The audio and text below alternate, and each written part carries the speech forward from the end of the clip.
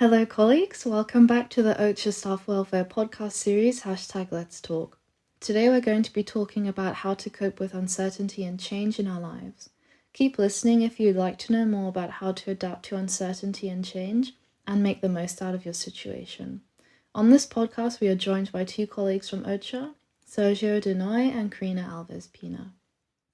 Sergio is serving as head of humanitarian advisory team in Maputo, Mozambique with OCHA, supporting the emergency preparedness and response to a number of crises, including the ongoing conflict in Cabo Delgado, the COVID-19 pandemic, and a variety of climate shocks.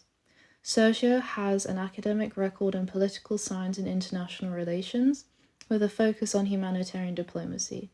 With 9 years' experience in 7 different countries, he has worked across Africa, the Middle East, and Europe. Karina is the staff counsellor for Southern and Eastern Africa, but also including Nigeria for OCHA. She is a qualified clinical psychologist with 10 years of experience in 7 different countries, who also holds a master's degree in international humanitarian action. Before her role as staff counsellor at OCHA, she worked as a clinical psychologist and in numerous roles in the humanitarian field, with the Red Cross, European Civil Protection and Humanitarian Aid Operations, Red Cross Red Crescent Climate Centre, and Doctors Without Borders. So thank you both for joining us today. It's great to have you with us. So I'll go ahead with the first question. So why do we struggle to cope with uncertainty and change? And I will ask Karina to start with this one. Thank you, Catherine. Thank you for the lovely introduction. I think it depends on the circumstances that brought uncertainty to your life. Sometimes we seek uncertainty because we need a life change, a meaningful experience. So we put ourselves out there, and even with the fear and anxiety, we are partially happy. This happiness might come from a mindset that we are focusing on the whole experience rather than the challenges we will face. Also, when we know the results that we want to achieve, it gives us the strength to keep going on the uncertain path. However, at times we experience uncertainty because life gives us no choice, and this is the most challenging when we are living something difficult that was imposed on us and not our own choice. Then we need to adapt quickly while things are happening to us and around us. This, of course, causes stress and anxiety. Thank you, Karina. That's really meaningful. And I like that you talked about the difference between when it's a choice and when it's not. I think, especially with the pandemic, it's shown that we get even more worried and we really struggle with uncertainty when it's not our choice, like with the pandemic. So thank you for that. Sergio, what's your take on this question? Yeah, thanks, Catherine, for this opportunity. No, I mean, I think I'm going to reflect upon my experience, and I've realized that growing up, I think I developed a number of habits, and I got acquainted to a number of environment and scenarios, and somehow I got into the famous comfort zone, and it's not always easy to get out of that comfort zone, and of course uncertainty and change is rather the opposite of being in a comfort zone. So it is not easy indeed to deal with uncertainty and changes, but from my point of view, as long as uncertainty and changes don't become instability, we should look at the upsides, at the positive side of uncertainty and change, or at least that's what I've done in my life, in professionally speaking, personally speaking, etc. So I took somehow advantage of uncertainty and change, and I tried to explore more through uncertainty and changes, including exploring more myself in premise, and then perhaps explore new territories and knowing new people, getting to perhaps into even new mindsets, and new scenarios and new contexts that perhaps I had never thought about. So in my life, I experienced some significant period of uncertainty and changes, both at professional level and personal level. And of course, there is always the resistance towards uncertainty and change. We tend to resist to those elements. But what I've learned from my experience or from my experiences is that living in a comfort zone is not always the best scenario. Is not always the best choice, and perhaps sometimes uncertainty and changes are the best opportunities that the destiny, life, God is taking in front of us for us to grow on different levels, and so that's why, in my opinion, sometimes we should not just get bogged down into the negative sides of uncertainty and change, but rather think about the bright side of those, and then look at what those elements can bring into our lives again. So that was my personal experience, and I'm happy to share that with you. Thank you. Yeah, thank you. Thank you, Sergio. That was really insightful, and I agree. I think from change and uncertainty, that definitely forces us to grow, even if there's that initial resistance. I think we all have this strong desire to control things, so when it does happen, we don't naturally fall into it. So that's really important to think about. And maybe you talk about you have a personal experience with coping with a difficult or uncertain situation and change in life. So, can you tell us more on how you manage this uncertainty and change?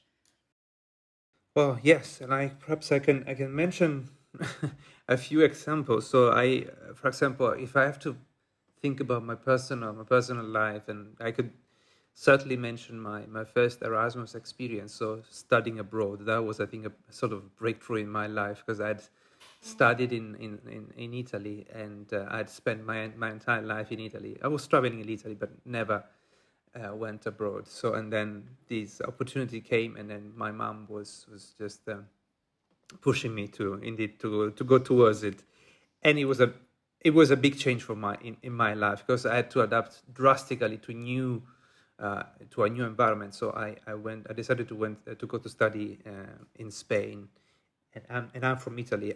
It wasn't how do you say, like a travel outside Europe, but yet it was a totally different environment for me. New language, new people, new friends, new house, new universities that drastically changed my life. And I remember that that was a real change in my life, and of course that brought a lot of uncertainty, because I didn't know whether I could really cope with all those changes, and then and be able to study abroad for 6 months, because that was the period I was supposed to be in Spain study. So, but again, looking at the bright side. So sometimes life brings also good things, and then certainly changes and uncertainty most of the times bring good things. And as I mentioned before, as long as that's not instability, I think, from my perspective, that could bring good outcomes and good elements in our life. Yeah. Thank you. Thank you. Yeah, I can relate to that. I also did university in a different country, so it was a challenge at first, but and Karina, can you tell us about a personal experience of an uncertain situation or a change in your life, and how did you manage this? Yes, thank you, Catherine. Actually, my example is very similar to Sergio's example, but instead of my mom pushing myself, it was myself wanting to change my life. Um, Back in 2015, I was working in my home country as a clinical psychologist, and at the same time, I was doing volunteer work with the disaster response team of the Red Cross of São Paulo. So I had a very stable life with my family around me, doing well in my job. I had friends, social life. But sometimes But something was missing and I wanted to do more. So I started to apply for jobs in the humanitarian sector. I was inspired by my volunteer work at the Red Cross. And after some months with no or negative replies, I realized that I would have to do something more. So I decided to basically live my life as it was. I had to get out of my comfort zone, friends, family, patients, and financial security. And I used all my savings to become a poor student, immigrant in Europe. And I started a master's degree in humanitarian action. So I had no idea what was going to happen next. And it was hard to have no income, to go from like I had success as a clinical psychologist, so to go from this to being a poor immigrant student again. Instead of working, I was saving each coins because all my savings would have to last 2 years. And I had to deal with visa applications and bureaucracy and find everything by myself and stereotypes. And I had no one around me. And the worst to me was that there was no sun. I was in Ireland, so for 9 months first there was no sun, all gray. So it really I got depressed, but I only kept going because of my dream to work in the humanitarian sector. And I also faced a lot of family pressure. They were telling me to come back. Everyone in my previous life, my friends, they were telling me and treating me like it was the worst choice of my life, a huge mistake. But myself, I was sure that it was the path that I had to follow to find the meaning in my life. So, just to summarize, my way to deal with the situation was to look back and remind myself about the most uncertain periods and terrible periods of my life.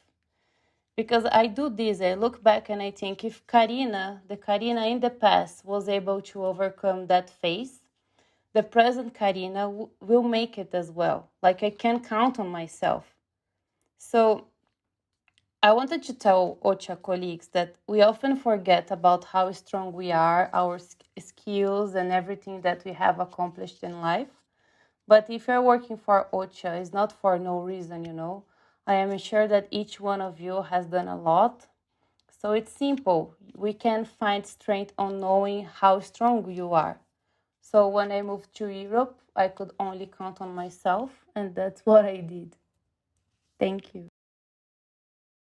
Yeah, thank you, Karina. That's a very inspiring story, and I'm glad that everything worked out for you and you're here in OCHA and you're in the humanitarian sector, and that's a great tale to tell. Um, and I really like how you relied on yourself and you kept on telling yourself that this was what you wanted and you did it for yourself, like despite all the other pressures. And a good way to deal with uncertainty and change is actually to focus on our needs and focus on the things that we can control. And you took that initiative and took control of your career and what you wanted in that, and that's what motivated you. So that's amazing. Thank you for sharing. I'll move on to the next question. So I think Sergio already talked about this a little bit, looking on the bright side that, uncertainty and change can sometimes be a good thing, or often can be a good thing. So do you have anything to say on this, on how it can be a good thing? And if you have any examples, please share. Maybe Sergio, you can start us off with this one. Yeah, thanks, Catherine. So, no, absolutely. I would like to indeed reiterate what I mentioned before and perhaps expand a little bit. Yes, I think we can the way I approached changes in my life and also uncertainty, and I believe I had a number of experience in my life that were quite significant, both personally speaking and also professionally speaking. So as one of the typical humanitarian working, I've been doing a number of missions around the world, and of course that entails changes and entails uncertainty. But if I have to say so. But that uncertainty and those changes brought only positive things, I think, in my life, because at least career-wise, a bit of uncertainty and a bit of changes as perhaps one of the features of our career brought a lot of growth in my career, in the career itself, and of course that also led to a personal growth. So again, so for me, it's like we need to look into what uncertainty and changes bring in our life. And for me, it was just mainly good things. I had many new opportunities through uncertainty and through changes. I managed to explore new horizons, new people. I met many new people that really enriched my life. A variety of people, and this job, I think, that's one of the added values. So you are you have the chance to meet new people that come from a variety of countries. You have the possibility also of knowing new countries, etc. And for example, myself, I'm passionate about international cuisines. I love cooking as a good Italian, so it was a lovely opportunity indeed to to explore new international cuisines and meet new people and cook together and be together, etc. So my message would be just embrace the changes and embrace uncertainty. Look at the bright side of that, because in my opinion, most of the cases it will bring growth, it will bring new opportunities, will bring new life into your life, if I may say so. Thank you, Sergio. And I agree with what you say there on keeping positive in times of this uncertainty and change, because you often can encounter good experiences, like you say, with the cooking and stuff. So that's great to hear. And Karina, can you tell us your thoughts on why uncertainty and change can be a good thing? Okay, thank you, Catherine. I don't like to romanticize suffering, but I think uncertainty it's great for our personal growth. When we face uncertainty, we are out of our comfort zone, and every time this happens, we get the chance to expand ourselves. To me, this is a dialectic process where we are forced to act like we change the external world while it changes us. And I find it's amazing because we are actually obliged to do things differently, to innovate, to challenge ourselves. And hopefully, at some point, we can reflect about the process and how uncertainty has changed us. So, throughout uncertainty, we expand ourselves and our conscious about the world and how we react to it. So it is a beautiful process, but I also need to know that it can be painful. And we can only see how good it was sometimes after we have been through the process. But when we are in the process, of course, there is uncertainty brings some level of suffering.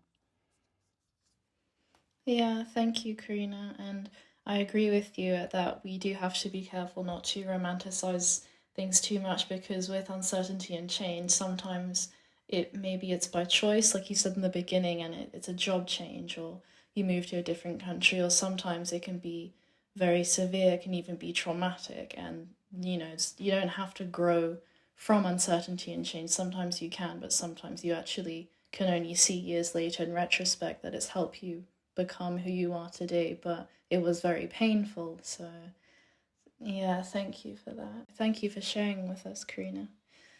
Um, and I guess our final area for thought would be just a general summary on opportunity to give any last thoughts, any advice that you would give colleagues on managing uncertainty and change. What would this be?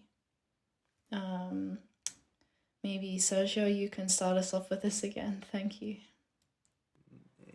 It's also Karina. mentioned before. So we need to remember how strong we are, how stronger we were in overcoming uncertainty and changes, perhaps in other instances. We need to remember that, because sometimes she's right, Karina. We tend to forget that we were strong to deal with, sometimes with very, very, very critical and very challenging periods in our life.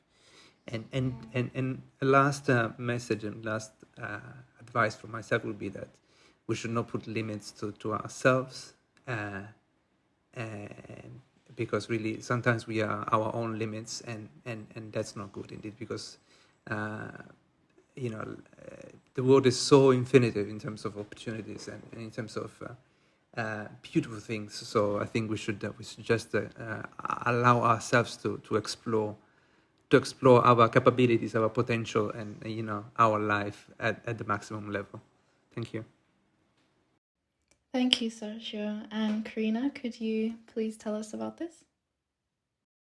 Thank you. It's hard after what Sergio said. It was so beautiful. So I would just say go with the flow, because uncertainty will happen whether we want it or not.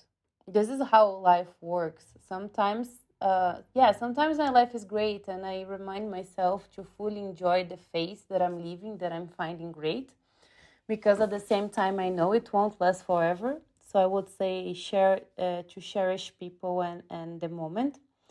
And sometimes my life is not good. So again, I remind myself that this will pass too. So I know that, like, as a psychologist, I know that, and as a human being, when we are desperate, we feel like this will be forever, but it won't. I do believe that time heals everything, but not in the pace that we expected, like the pace that we expect. So it doesn't matter if life is great or terrible. We need to look at the present moment and evaluate how we will deal with what life is presenting to us at the present moment, because everything is just a phase. Yeah, thank you. And I like what you say there. And just to add on that is it's important to try and stay compassionate and kind with yourself when you are feeling, if you are feeling very low in these times of uncertainty and change, it's normal. And yeah, just to try and keep that kindness towards yourself is essential. So yeah, thank you both for doing this podcast. It's been super interesting, and I hope it stays with colleagues. Thank you, Catherine. Thank you, Sergio. It was a pleasure. Thank you.